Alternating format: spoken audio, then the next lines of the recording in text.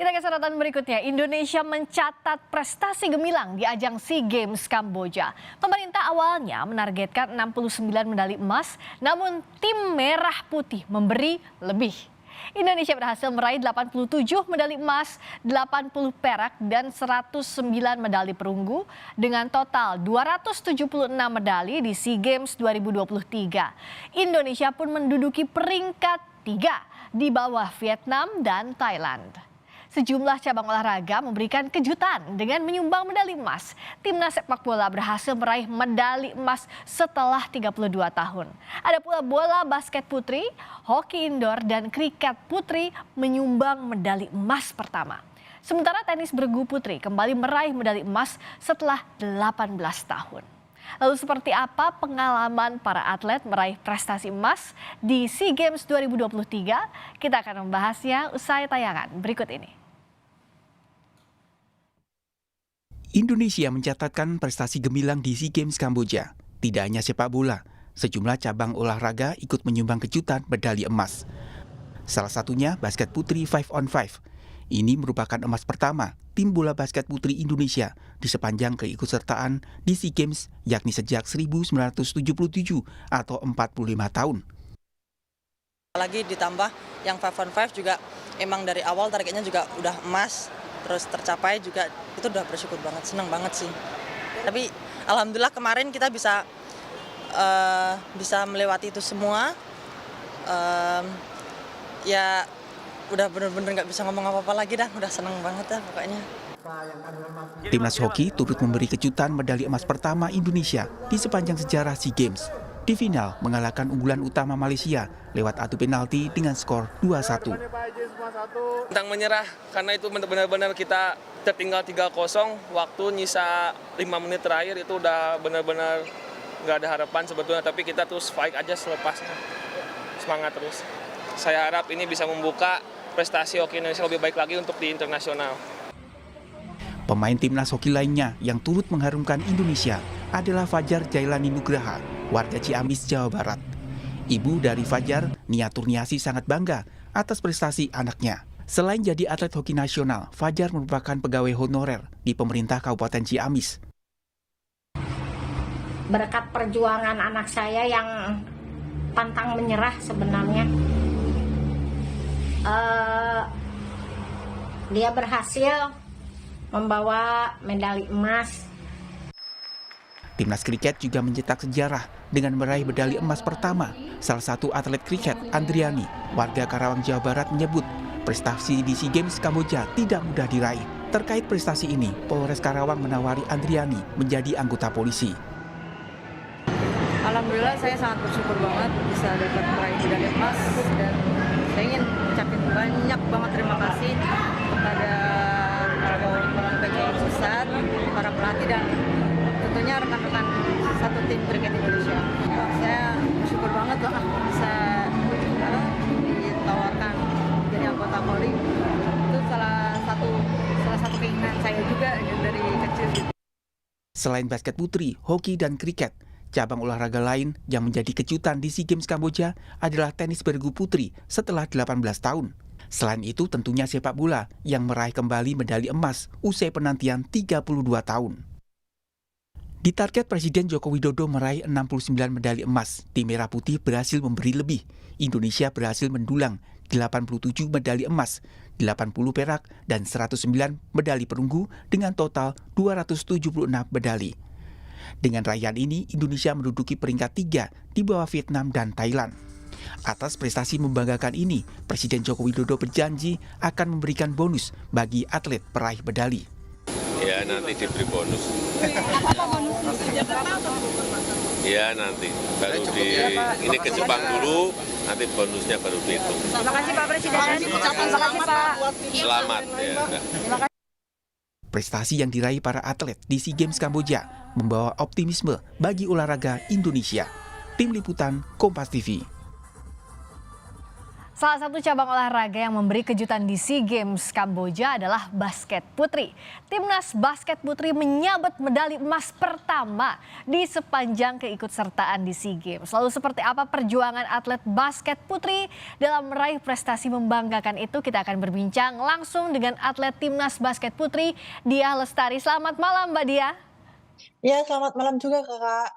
Selamat yang pertama dan juga terima kasih sudah mencetak sejarah bawa pulang medali emas ke Indonesia. Keren banget. Terima kasih Kakak. Dia gimana dong ceritanya Indonesia kan bisa menumbangkan 6 negara di SEA Games Kamboja termasuk juara bertahan Filipina. Perjalanannya seperti apa? Perjuangan dari awalnya seperti apa dia dan juga tim basket putri? Mungkin waktu yang SEA Games tahun lalu, kita juga udah kerja keras juga, mungkin memang belum rezekinya ya kan. Terus untuk yang target yang kemarin SEA Games Vietnam memang kita targetnya emang harus emas karena, Oh, oke. saya sendiri dan tim juga kayak udah yakin kalau kita tuh bisa emas gitu loh. Karena kita punya skill bagus, kita punya akurasi yang bagus, kita, tim basket yang mempunyai chemistry juga yang bagus gitu loh. Iya. Jadi ya Dari awal optimis dapat emas dan iya betul. alhamdulillah akhirnya terwujud. Nah tapi gimana perjuangan yang lebih beratnya lagi karena kan sampai saat ini Liga Basket Putri masih vakum ya dia. Nah bagaimana supportnya dari pemerintah dan juga dari tim teman-teman begitu di tengah Liga Basket Putri yang vakum tapi untuk berjuang ke SEA Games? Perjuangan kita sih, apa ya, dibilang berat juga sih. Berat juga ya Kak ya. Ya. Karena, eee, nggak gampang Kak untuk mengalahkan beberapa tim negara lain gitu loh. Ya. Dan maksudnya kita juga kayak saling support, terus kayak, fans-fans basket juga kayak, "Ayo semangat tim putri pasti bisa kok," maksudnya kami sebagai warga Indonesia juga pasti akan mendukung tim putri gitu, nggak cuma yang tim putranya aja yang didukung, tapi tim putri juga. Oke. Nah itu berapa lama persiapannya sebelum SEA Games dia? Persiapannya kurang lebih 9 atau 10 bulan. Oke, 9-10 bulan dan sudah terbentuk tim itu dari awal ya untuk ke SEA Iya, Games? betul sekali. Apa sih yang jadi kesulitan utama dari mulai latihan termasuk juga saat tanding di SEA Games? Yang sulit itu mungkin mental ya, Kak, ya. Ah, Mentalnya iya tapi, semakin ke sini Coach Shofi, sebagai pelatih kayak selalu mengingatkan, "Nggak usah takut salah, karena justru kalau kalau semisal kalian takut salah, mental nggak bakalan jadi," gitu. mhm. Jadi kita harus kayak berani, nggak usah takut salah pokoknya, Oke, gitu sih. membentuk mentalnya gimana dari coach sendiri? Apalagi yang dihadapi nggak main-main nih, juara bertahan Filipina misalnya. Nah itu gimana ngedrillnya? Bentuknya itu, contohnya ya, kayak ini Ya, contoh deh kalau waktu di latihan gitu. ya. Kita melakukan salah, oke, mungkin pelatih kayak memberi kesempatan 1 atau 2 kali, kayak, "Oh ya udah, oke wajar."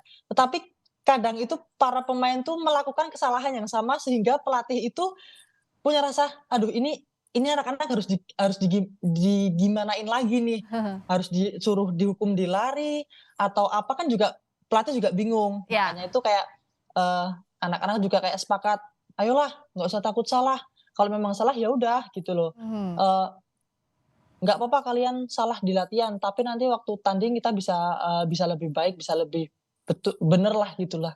Mhm. Oh jadi di latihannya ini sudah dibentuk mentalnya ya, tapi waktu Iya tanding gitu betul. ya, di babak mana yang paling susah begitu? Apakah di final yang jadi beban berat atau semifinal karena memang menuju ke final?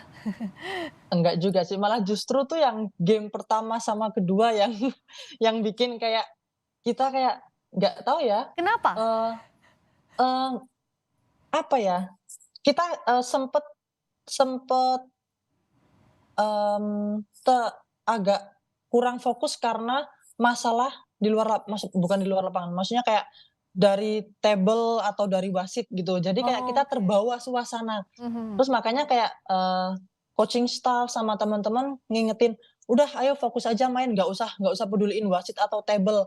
Yang penting kita main, kita harus optimis, tujuan kita di sini juga harus menang," gitu. Jadi kayak Ya. sempet buyar juga gitu, Oh hilang gitu. fokus gitu. Iya, yang waktu game pertama, kedua.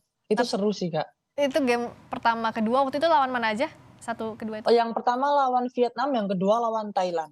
Iya, dan nggak main-main lawannya, tapi bisa saling mengingatkan dan Iya, betul. satu tim putri bisa akhirnya keluar tidak hanya lolos game 1-2 tapi bahkan final bawa Iya, pulang medali. semuanya. Iya, alhamdulillah. Alhamdulillah. Nah, saat tanding di SEA Games, sebenarnya apa yang bisa menguatkan dia, terutama apakah support dari keluarga atau teman-teman tim sangat solid, termasuk pelatih dan official? Iya, kita saling percaya sih, Kak. Hmm. Iya, kita saling percaya terus kayak, nggak ada biasanya kan kadang kan kalau ada beberapa pemain yang kayak mau ngomong ini, mau ngomong itu kan kayak nggak enakan gitu kan. Iya, Cuma kalau iya. kita di sini kan juga kayak, ini tuh kita udah seperti keluarga sendiri, jadi udah nggak ada yang namanya nggak enakan. Kalau memang semisal kalau saya salah, ya pasti saya akan ditegur gitu loh. Iya, Terus kalau dukungan orang tua juga pasti, dukungan, iya. fans basket putri semuanya warga Indonesia juga itu pasti sih, bikin kita kayak lebih semangat lagi gitu. Iya, luar biasa supportnya, apalagi warganet pas tahu nih, wah melaju ke final aja udah luar biasa, apalagi dapat Iya. medali emas, wah dukungannya semakin besar lagi. Nah, kalau dia lihat gitu waktu di SEA Games, terbebani dengan target nggak? Apalagi kan di awal tadi sudah, ya sebenarnya targetnya emas, begitu. Mhm. Kalau dibilang beban, kalau saya sendiri sama anak sebenarnya nggak ada beban sih, karena kita udah mikir nggak usah ada beban, nggak usah terlalu tertekan karena kita harus mainnya kayak enjoy aja gitu. Ya. Kayak seperti kita latihan deh sama aja gitu. Sebenarnya kan, kalau tanding atau scrimmage itu sama kayak latihan, jadi kayak tinggal diri kita sendiri aja gimana, Hmm. ngejalaninya gitu. Kalau dia sendiri dan tim melihat peta persaingan basket putri di ASEAN tuh sebenarnya kita udah bisa bersaing atau belum sih? Kalau dengan lihat, bukan cuma secara skill ya, Kak, Ya. ya, cuma karena dengan chemistry kita, terus dengan kerja keras kita sih, saya yakin bisa sih, Kak. Mhm. Yakin Iya, kita bisa ya sebenarnya dan punya iya skill yang bisa. bagus juga. Mhm. Nah, kalau target ke depannya apa sih dari dia, kejuaraan apa yang dinantikan begitu bersama tim putri? Kalau target buat next-nya ada FIBA, untuk FIBA, terus ada Asian Games juga kan, Iya. untuk tahun ini. Jadi ya targetnya bismillah ya, bismillah bisa naik lah, bisa naik level. Amin, amin nih, aminnya kencang Amin, banget ya, iya, dari amin. hati. Itu persiapannya berapa lama tuh untuk FIBA, untuk Asian Games? Ini kan mungkin kan, setelah SEA Games ini kan ada, beberapa pemain sama coaching kan istirahat dulu Ya. kan.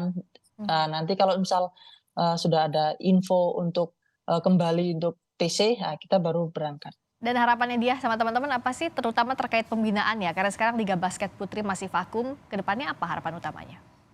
Harapan utamanya ya apa ya,